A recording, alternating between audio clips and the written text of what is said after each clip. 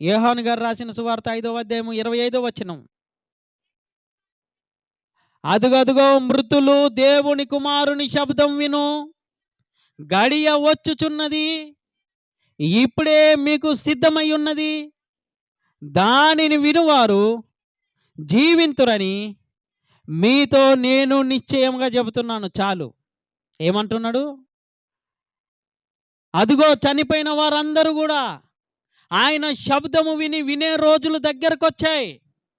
రెండో రాకడలో యేసుక్రీస్తు ప్రభువారు వచ్చినప్పుడు ఎప్పుడైతే ఆయన స్వరము ఆ సమాధుల్లో ఉన్న వారందరూ వింటారో వాళ్ళందరూ లేర్చి నిలబడతారంట.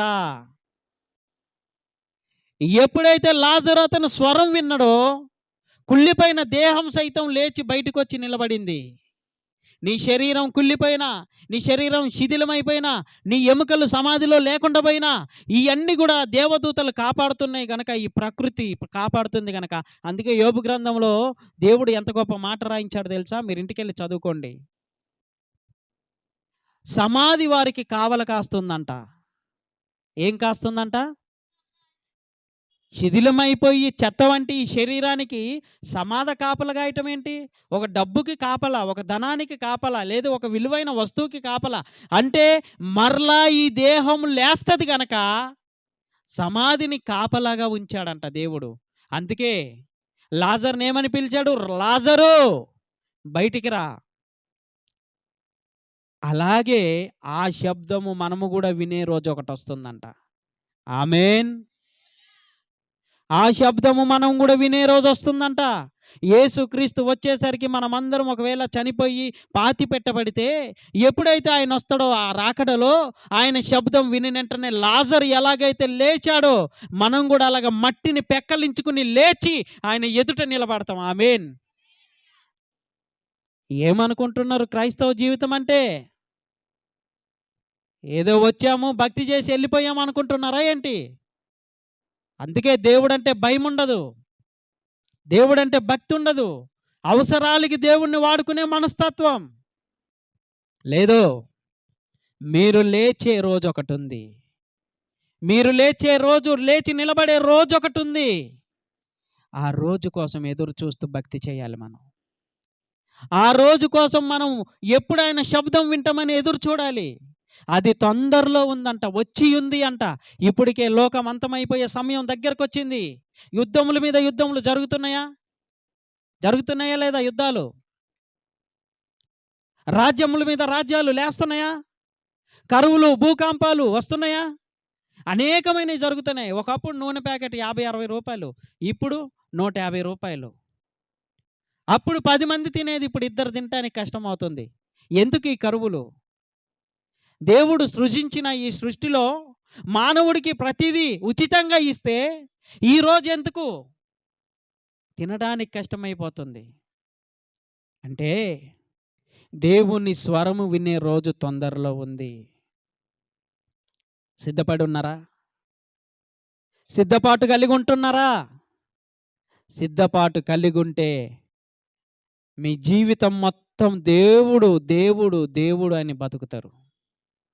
లేకపోతే ఇక్కడ వినిపోతారు, ఇంటికెళ్ళి టీవీల దగ్గర కూర్చుంటారు. ఇక్కడ వినిపోతారు, సినిమాల చుట్టూ తిరుగుతారు.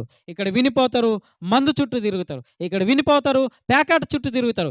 ఎందుకంటే మీరు మృతులు వలె ఉన్నారు. లాజరుని లేపినందుకే ఇంత ఆశ్చర్యపడుతున్నారే.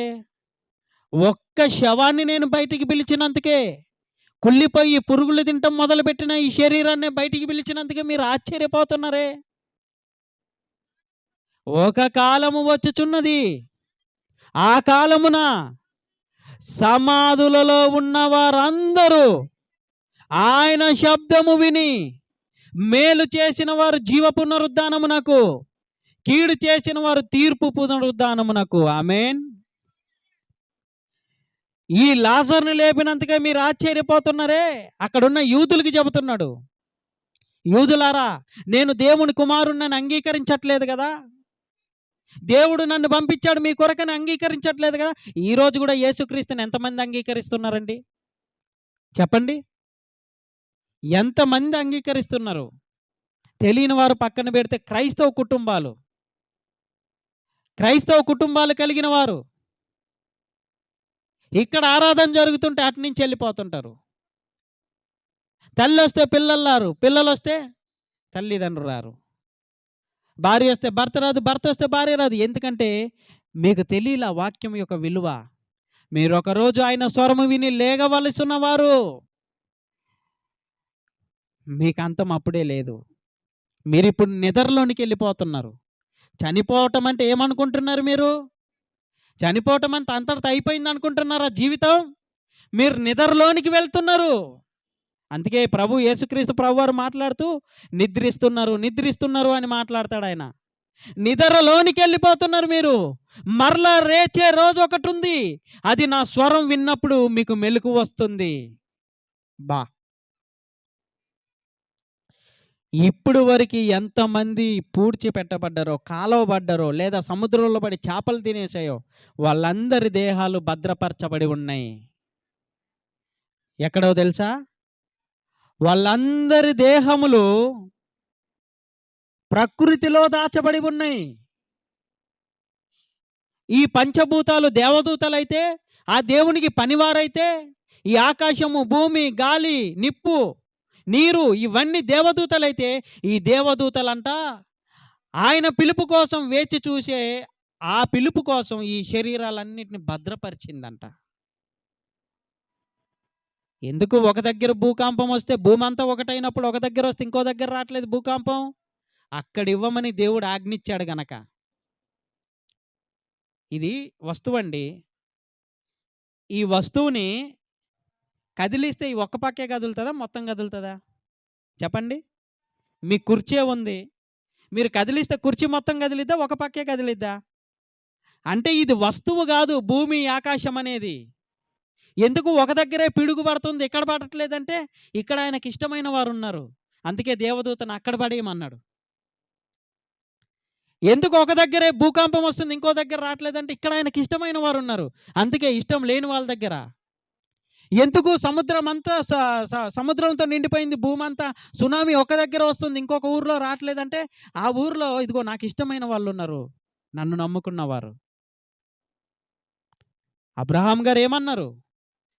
సొదొమ గొమొర్రా కాపాడటానికి 50 మంది ఉంటే కాపాడతావా? 30 మంది ఉంటే కాపాడతావా? నీతో తెగించి మాట్లాడుతున్నాను. 20 మంది ఉంటే కాపాడతావు, 10 మంది, లాస్ట్‌కి ఎంతమంది అన్నాడు? 5 మంది ఉన్నా కాపాడతా అబ్రహాము. ఆమేన్. అది నీవు నేను నమ్ముతున్న దేవుని ప్రేమ అది. ఆ 5 మంది ఇక్కడ ఉన్నారేమో, అందుకే ఇంకా నెమ్మదిగా ఉంది. ఆయన ఏమంటాడంటే, ఆయన పిలుపు విని మనము పైకి లేచే రోజొకటి ఉంది కనుక ఆ రోజు కోసం మనం ఎదురు చూడాలి. అందుకే యేసుక్రీస్తు ఆలోచించలేదండి తన జీవితం కోసం. తిన్నాడో, ఉన్నాడో, ఉండటానికి నివాసం ఉందో లేదో, పని చేశాడు. లోకమంతా ఆయనదే, ఆయన సృష్టించినదే, ఆయన వలన కలిగినదే. కానీ ఇందులో ఏది కోరుకోలేదు. ఇది మనది కాకపోయినా, మనకి జీవితం ఇక్కడ స్వల్పమైనదని తెలిసినా, ఈ భూమిలో మనకు అనేకమైనవి కావాలి. ఒక ఇల్లుంటే సరిపోద్దా? ఇంకొక ఇల్లు కోసం ప్రయాసపడతాం. పోనీ ఒక 100 గజాలు ఉంటే సరిపోద్దా? ఇంకో 200 గజాలు కనాలి. ఎందుకు? నా పిల్లలకి కావాలి. కానీ పౌలు గారు తనకున్న సమస్తాన్ని పెంటతో ఎంచుకున్నాడండి. తనకున్న ఆస్తిని వదిలేశాడు.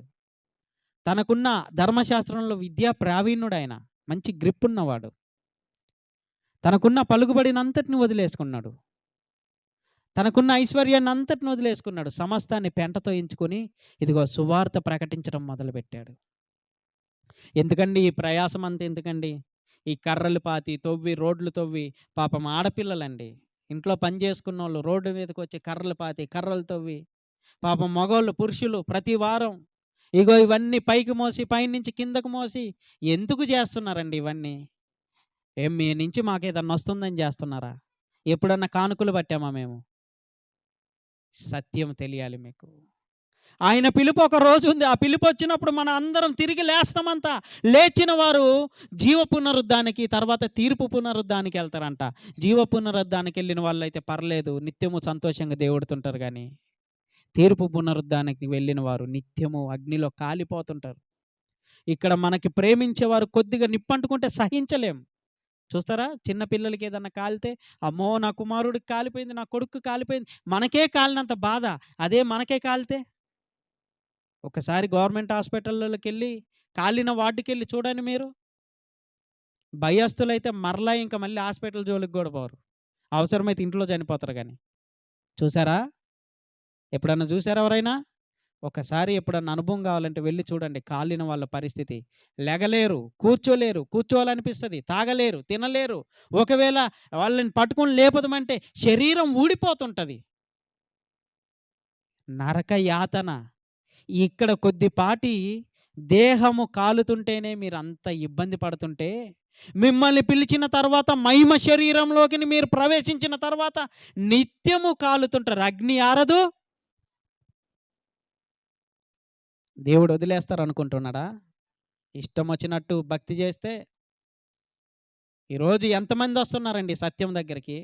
మనం ప్రార్థనకెళ్తే స్వస్థతలు కావాలా? మనం ప్రార్థనకెళ్తే అద్భుతాలు కావాలా? మనం ప్రార్థనకెళ్తే పైనుంచి దిగి రావాలా ప్రతీదీ. మనం మాత్రం ఇష్టం వచ్చినట్టు బతకొచ్చు. ఆయన మాత్రం అన్నీ ఎయ్యాల. మూటలు మూటలు కట్టేయాల మనకి. తల మీదొస్తే దరిద్రం పోద్ది. అందుకే ఆయన ఏమన్నాడు తెలుసా? ఈ లోకములో ఉన్నది ఆశించి బ్రతికే వాళ్ళు మనుషులందరికంటే దౌర్భాగ్యులు. విన్నారా వాక్యం? ఇవి చెప్పరండి. ఎందుకంటే మీరెయ్యరు కదా అక్కడ. ఇక్కడ ఈ అవసరం లేదు కాబట్టి ఇలాగే ఉంటుంది వాక్యం. నమ్మి వచ్చిన వారు రక్షించబడతారు. నమ్మని వారు తీర్పు పునరుద్ధానమున. ఆమేన్.